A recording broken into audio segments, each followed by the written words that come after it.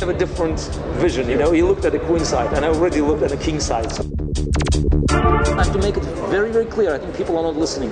Have no interest. People to see, you know, that the game of chess is still alive.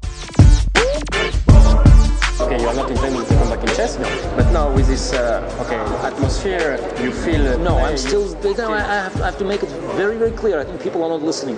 Have no interest, because I know I accomplished everything I wanted in the game of chess, and now I enjoy it immensely. But, you know, playing professionally, it's a very different thing. And also, let's not forget, I'm working with Magnus, and, you know, that's my professional work, and I have to make sure that, you know, he does well, and you cannot combine these two things. So it's I'm happy that I played well with Karpov.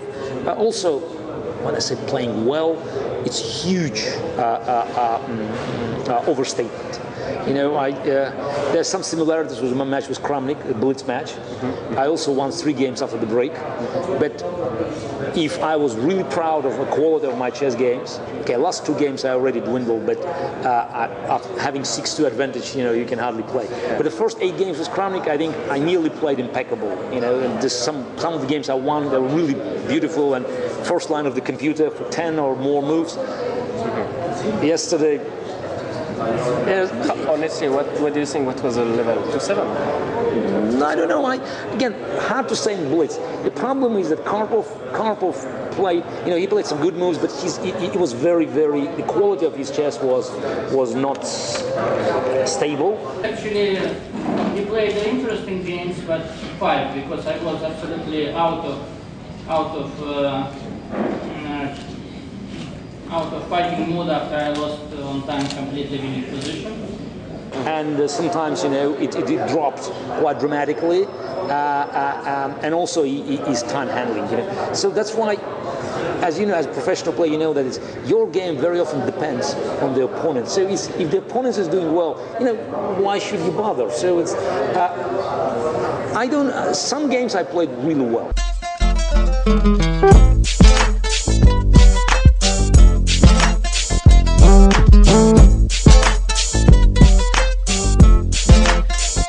So I think game 3 in blitz.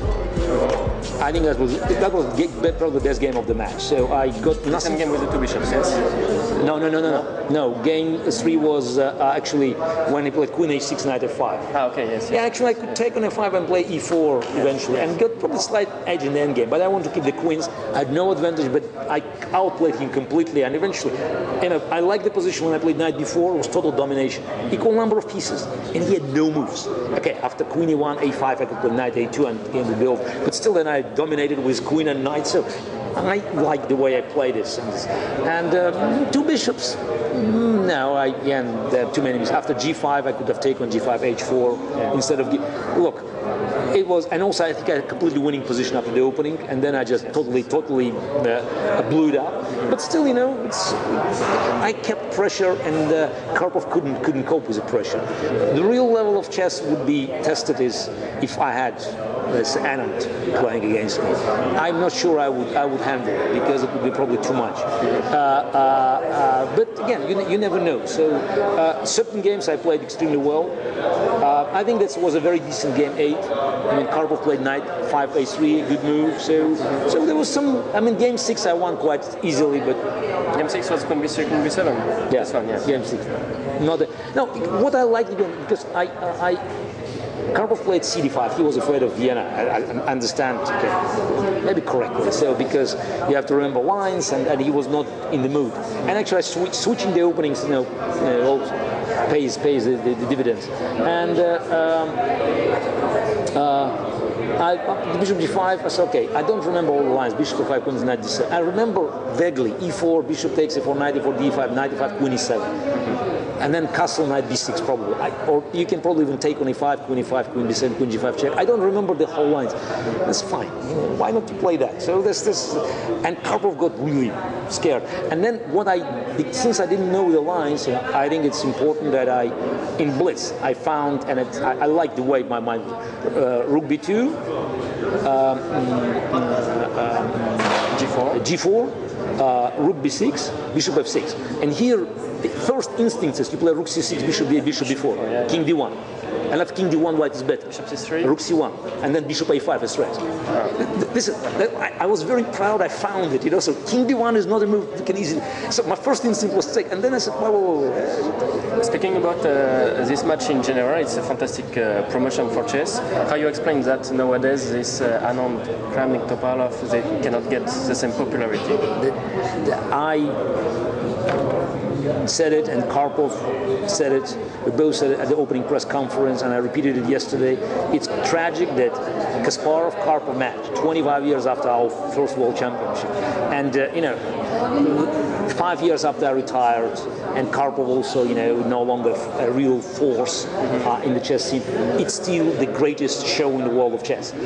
It shows that something is wrong, and I think that's a very important message for chess organizers, for FIDE, for chess fans, for grandmasters. I mean, guys, something is dead wrong if nobody cares about anything else and everybody, you know, pays attention to the match of, okay, two old guys, you know, so we are still here and we are creating the biggest show in the world of chess. I think it's wrong, and I can only hope that things can somehow change. I don't know how, personally, because you know, looking at the game of chess, which is now being played in Elista, Nalchik, Sochi, Khanty-Mansiysk, sometimes Baku and Yerevan. I mean, it brings chess to obscurity. So that the 25 years since our first match, chess was gradually sliding towards obscurity, and now it's a game that is out of the mainstream. If top leading players are happy with that, so there's nothing you can do about it. But I think chess deserves better, and we tried to prove it during this match. And again, whether we did it or not, it's hard to say. Next step is in Paris? Hopefully in Paris, yes. Our target was, you know, to play matches in all the countries where we played the World Championship. So the ideal choice would be to start in Moscow. But for quite obvious reasons, you know, it seemed that Moscow will not materialize. So my guess is that Paris is likely. Maybe nothing else, but I think Paris is likely, and I'm looking forward just to play a match in Paris. Do you feel something special playing in France? Because your last World Championship with Kasparov was in Lyon, 1990. Or? Not only, you know, Paris it's my probably best scores, chess results are in Paris. I played 5 rapid chess tournaments in Paris. Zimopar tournament. We started at Zimopar and then it went to Grand Prix. I played 5 times. I won 4 times out of 5, and the 5th one I lost in the final. 5 times in the final. You know, actually in Moscow I made only once to the final and never won it. So that's why Paris, considering, you know, the result, the chess results, it's probably best ever. Because and those were not ordinary tournaments. So, you know, that's every time, you know, I faced strongest opposition and most memorable victories there. So I wish, you know, we could play another event. And again, hopefully it could help people to see, you know, that the game of chess is still alive. I will, try to play well. But at the end of the day, so I can curse myself for making bad moves, and I'm still getting upset. But I'm warning anybody to expect impeccable quality. It's more about flashing points and fighting spirit. No one can blame us for not fighting. So we did well.